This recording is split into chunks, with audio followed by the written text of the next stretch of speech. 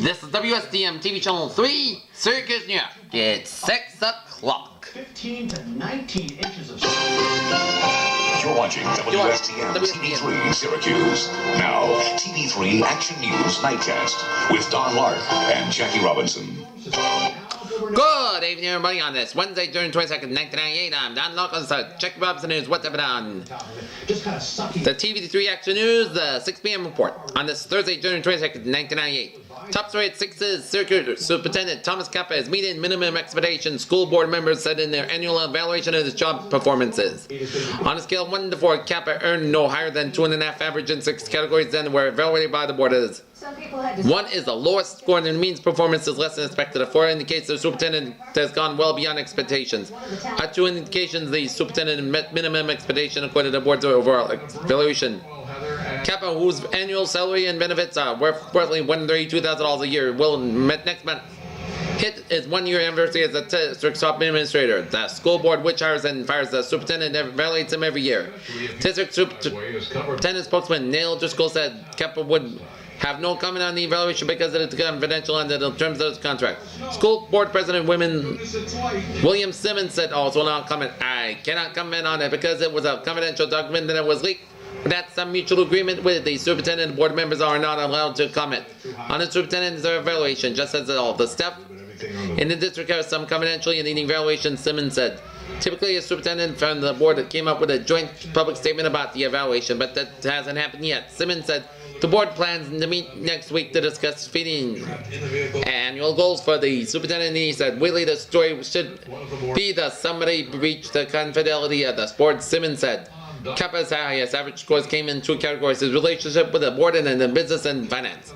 He scored a 2.5 average in his relationship with the board. The category looked at the 9 criteria, including keep the board informed on the issues, needs and operations of the school system. The board assigned a numerical rating to each criterion and then averaged them on an average overall score for each category.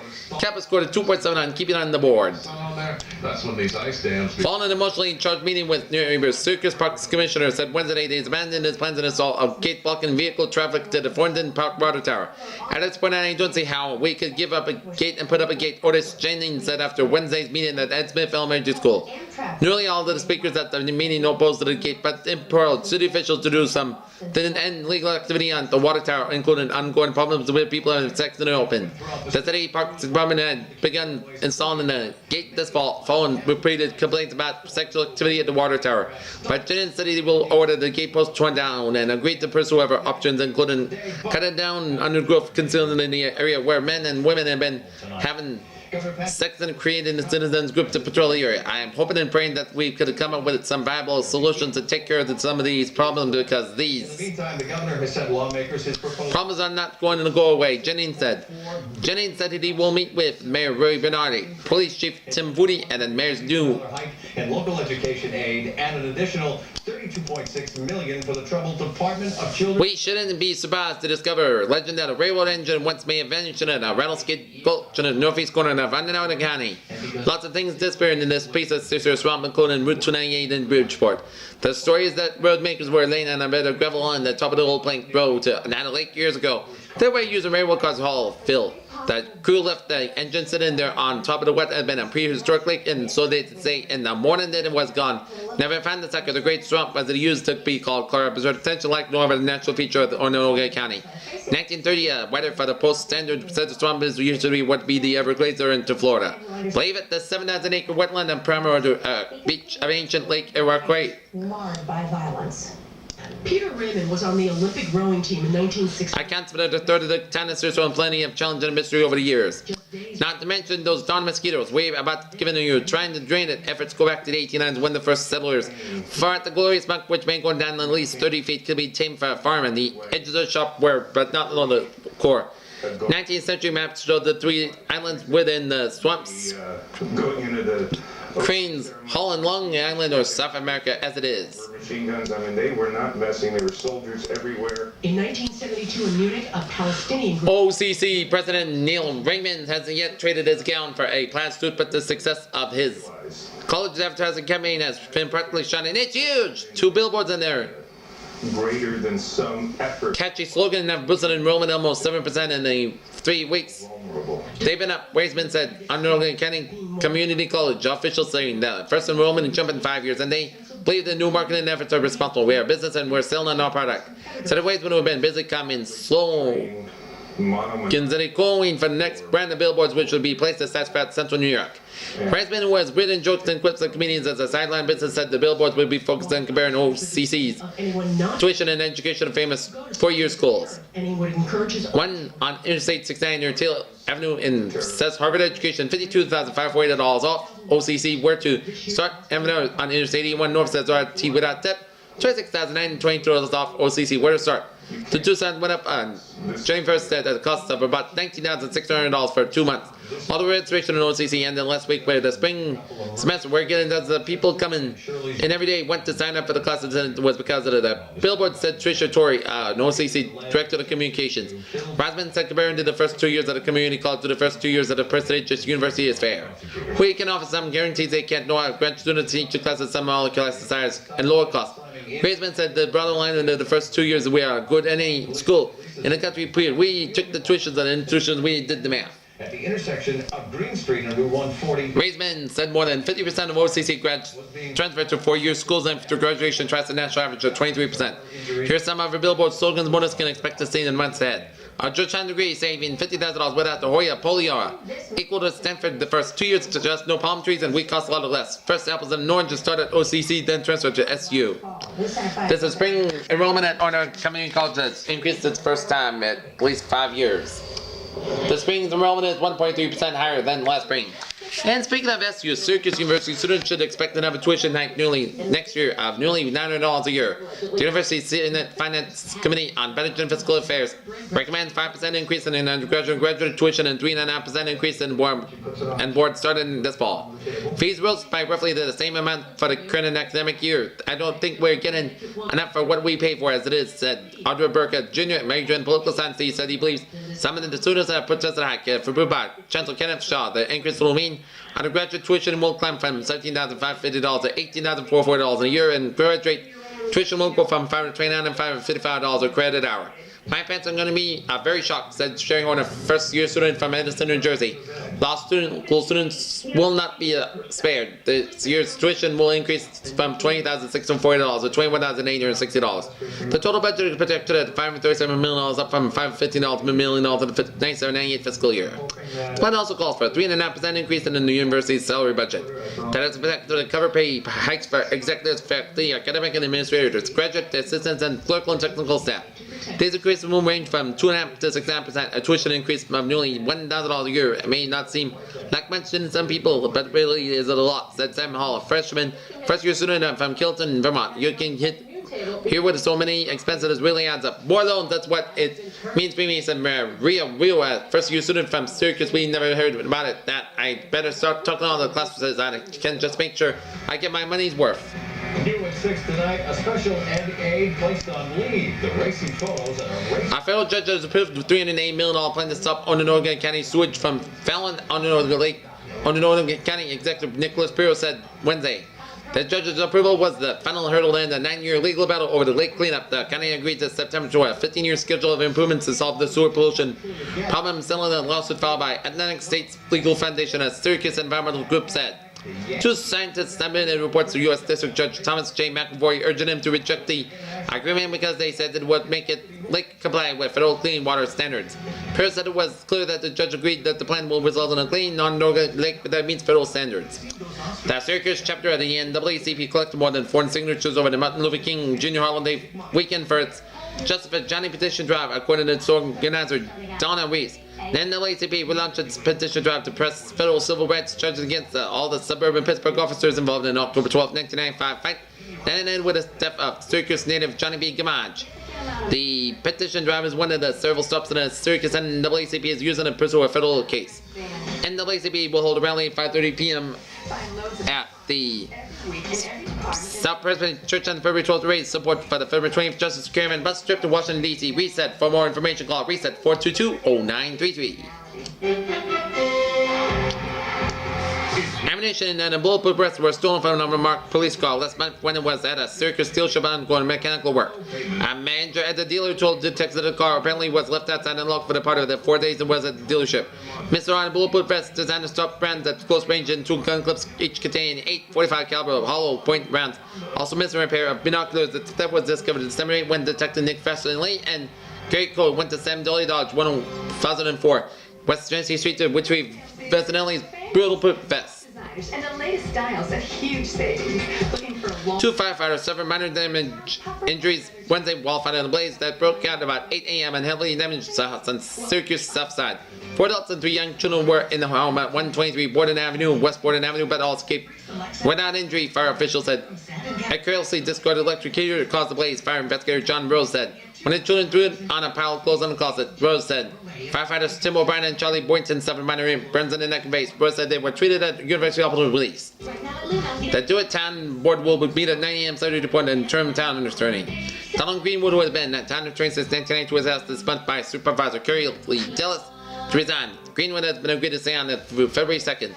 Dallas said she has received resumes from about a dozen lawyers interested in representing the town. DeWitt needs to replace planning and zoning attorney Joseph Terry, who was given his 30-day notice on January 5th. Dallas said she hopes permanent replacement of Greenwood and jury will be appointed by March the 1st. The meeting is at DeWitt Town Hall at 3400 Butternut Drive.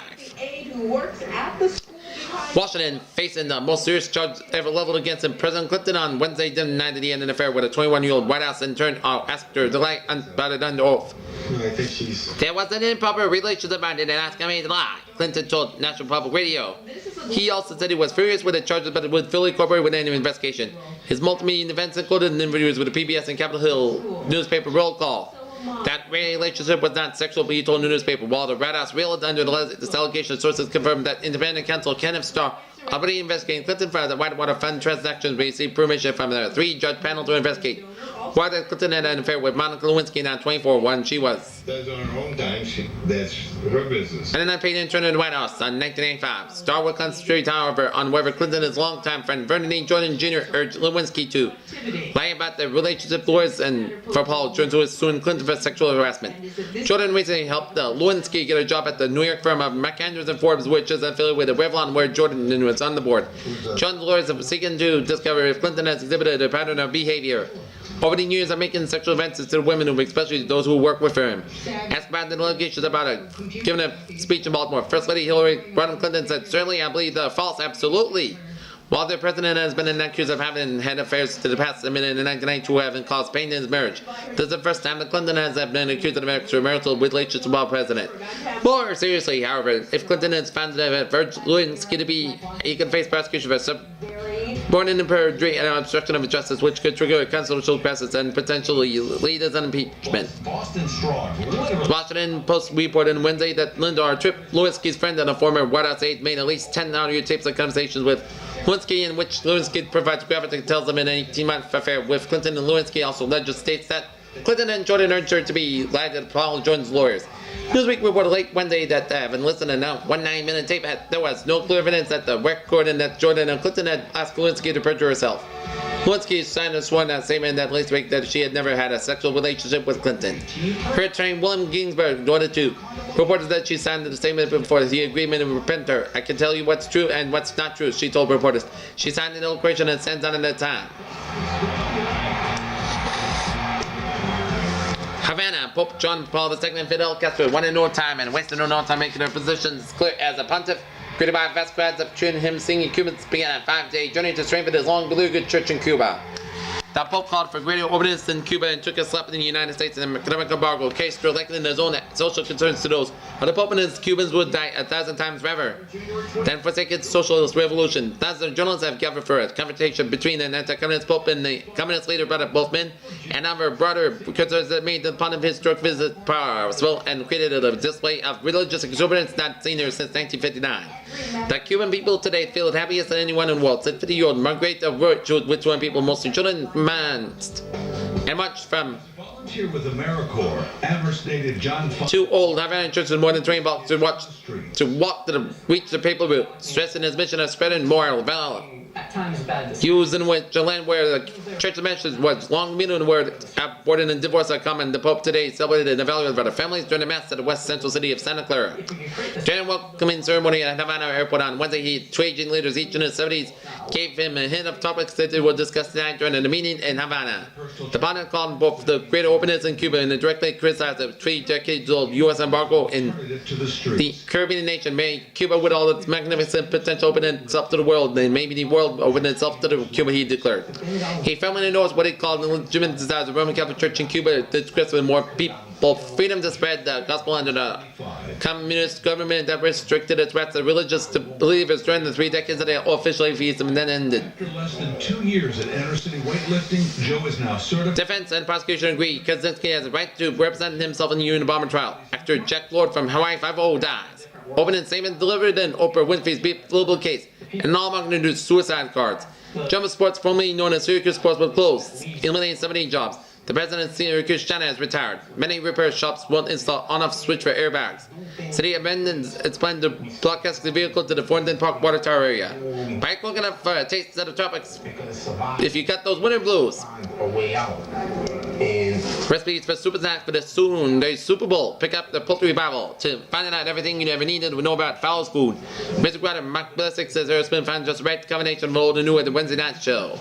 The localized students demonstrate how to begin the bridge racial gaps. Okay, now the weather now. Wayne, hurrah. Take it away, Wayne. Okay, thank you, Don and Jackie.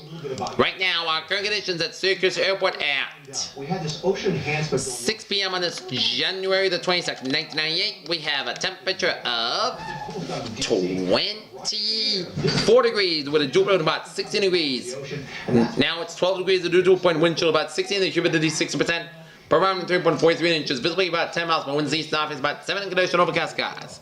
Okay, let's take a look at our Airport 4.2 with JP 7.4 inches. forecast around the region. It's 23 in Oswego, 25 in Utica, 27 in Elmira, 24 in Binghamton, 22 out in Geneva, 30 out in Western New York, 27 in Jamestown, 24 in Buffalo, 25 out in Niagara Falls, 16 out in Watertown, 1 above in Messina, 2 above in Plattsburgh, 9 in Saratoga Springs, 19 in Schenectady, 17 in Albany, 25 out in Poughkeepsie, 30 in White Plains, and 32 in Erie, 25 in Hamilton, 23 in Toronto, and 16 in Peterborough, Ontario, 12 in Kingston, Ontario, Canada. Here.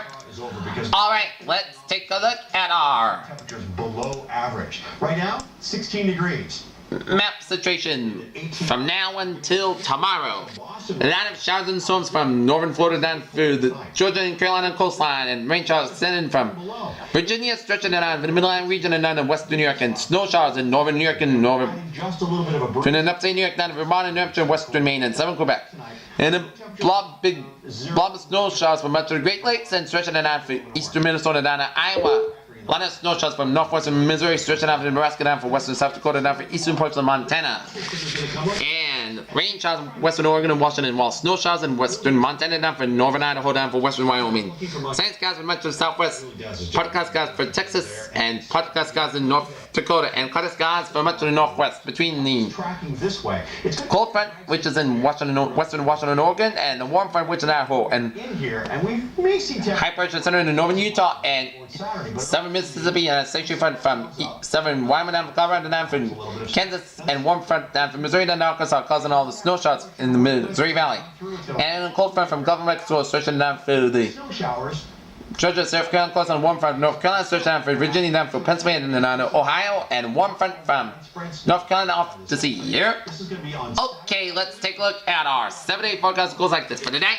Cloudy, snow accumulating with 1 to 3 inches. 70% humidity, low about 18 degrees. For Friday, snow mixes with sleet, high about 32, low about 28 degrees. Saturday, rather cloudy with floors, high about 34, low about 16 degrees. Sunday, cloudy, there's parts of skies. Main floor, high about 30, low about 16 degrees. And for Monday, clouds and some sunshine. And still main floor, high about 32, low about 20 degrees. First quarter moon in January 28th. New moon, first quarter moon February 3rd. Full moon February 11th, and last quarter moon February 19th. The Air Force 7 minutes good. and then the wind comes in and really cools it. Sunrise tomorrow morning about 7:29 a.m. and sunset tomorrow evening about 5:03 p.m. Some modification these temperatures. In yesterday's extremities, 86 at McAllen, Texas, and 18 below at Fraser, Colorado.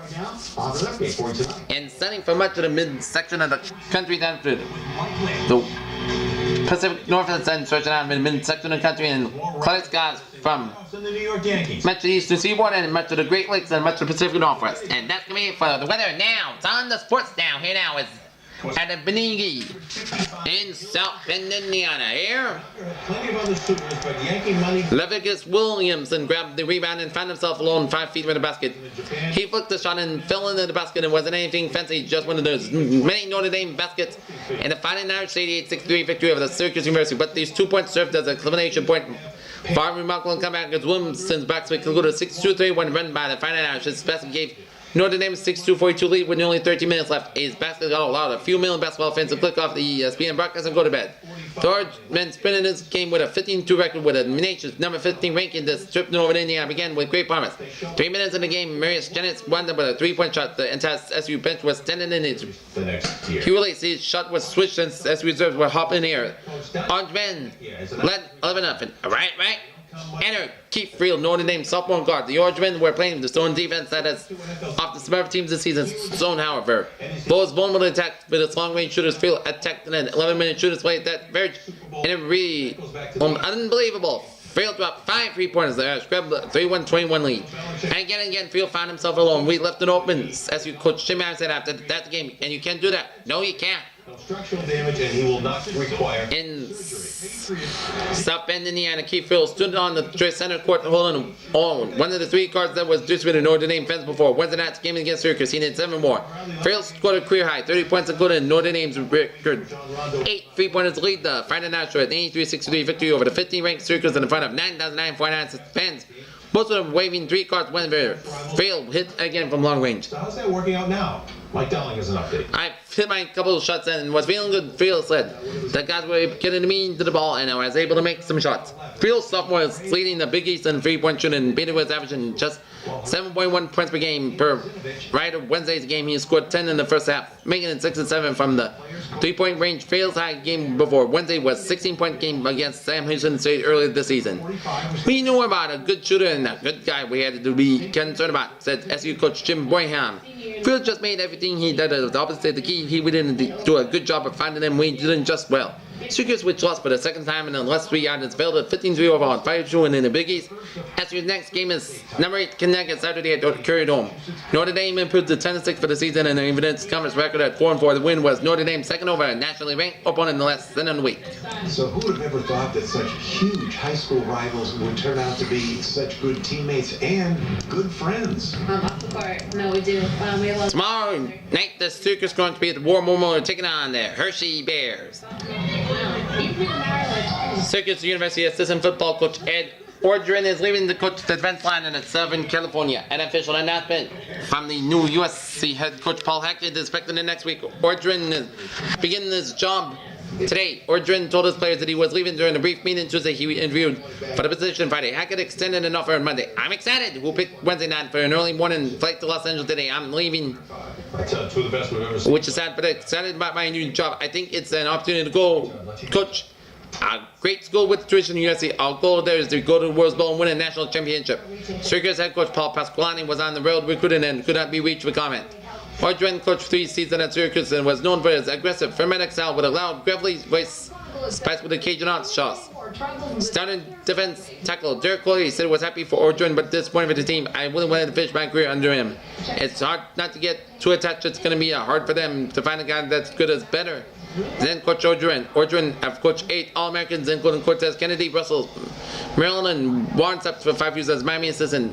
Personal problems have forced him to leave Miami after the 1992 season. He worked out at college for 2 years before getting back on his feet again as a linebacker college at Nicholls State in 1994. Prescott gave Ordrin a second chance at the Division I level when he was hired the Louisiana native of a Syracuse defensive line coach in 1995. Syracuse coaching staff was so impressed that Ordrin's presentation during an interview that it switched defenses. Ordrin preached the gospel of 4-3 and then the should have bumped around.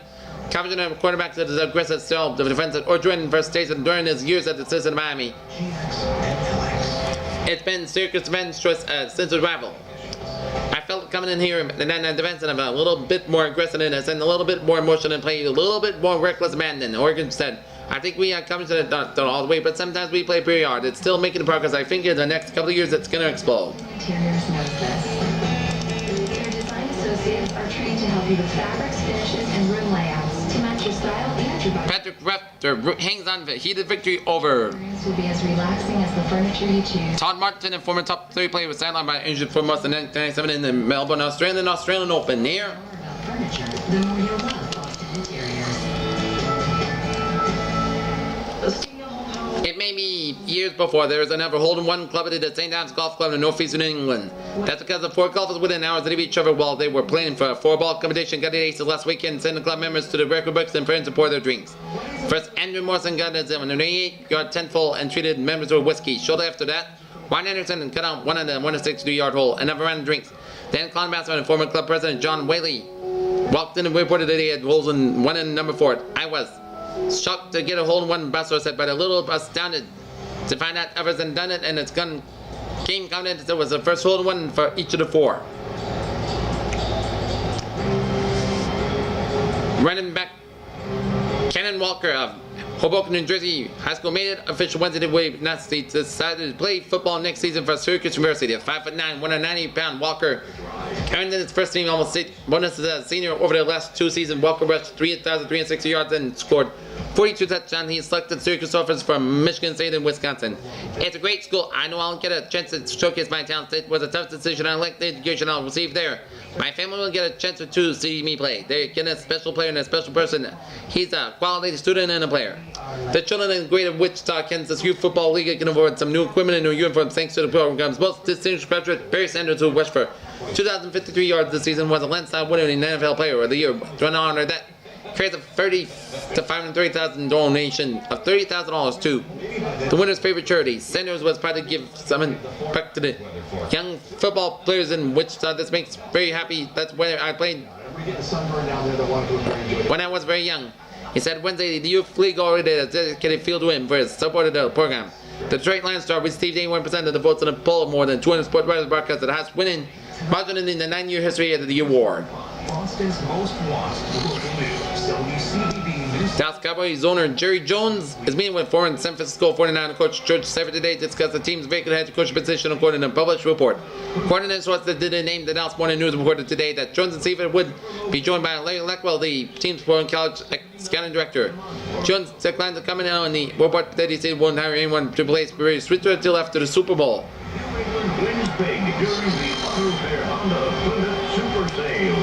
23 exit 5.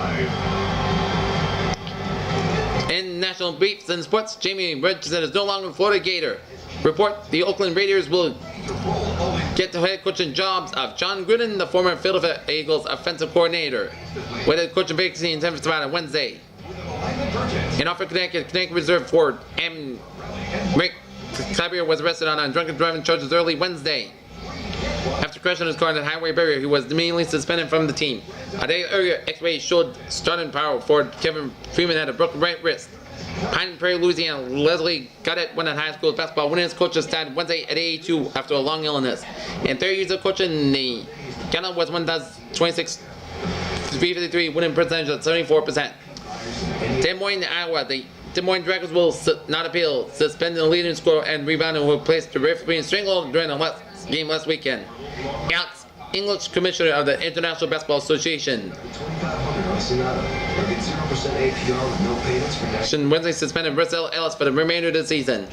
Omaha, Nebraska. Wesleyan women's basketball coach Mary Beth Kennedy had just delivered her 3rd child. That was enough reason to miss her team's game later that day.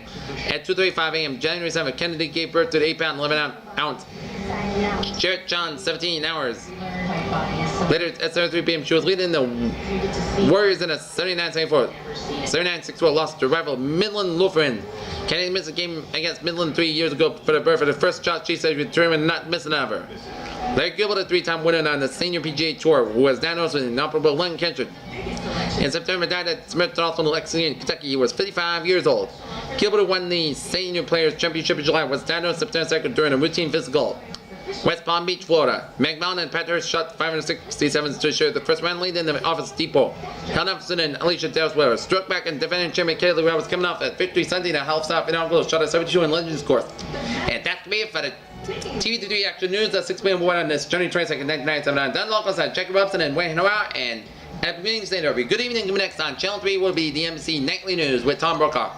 We'll be back for the TV3 Action News at 11 o'clock report. Have a good evening.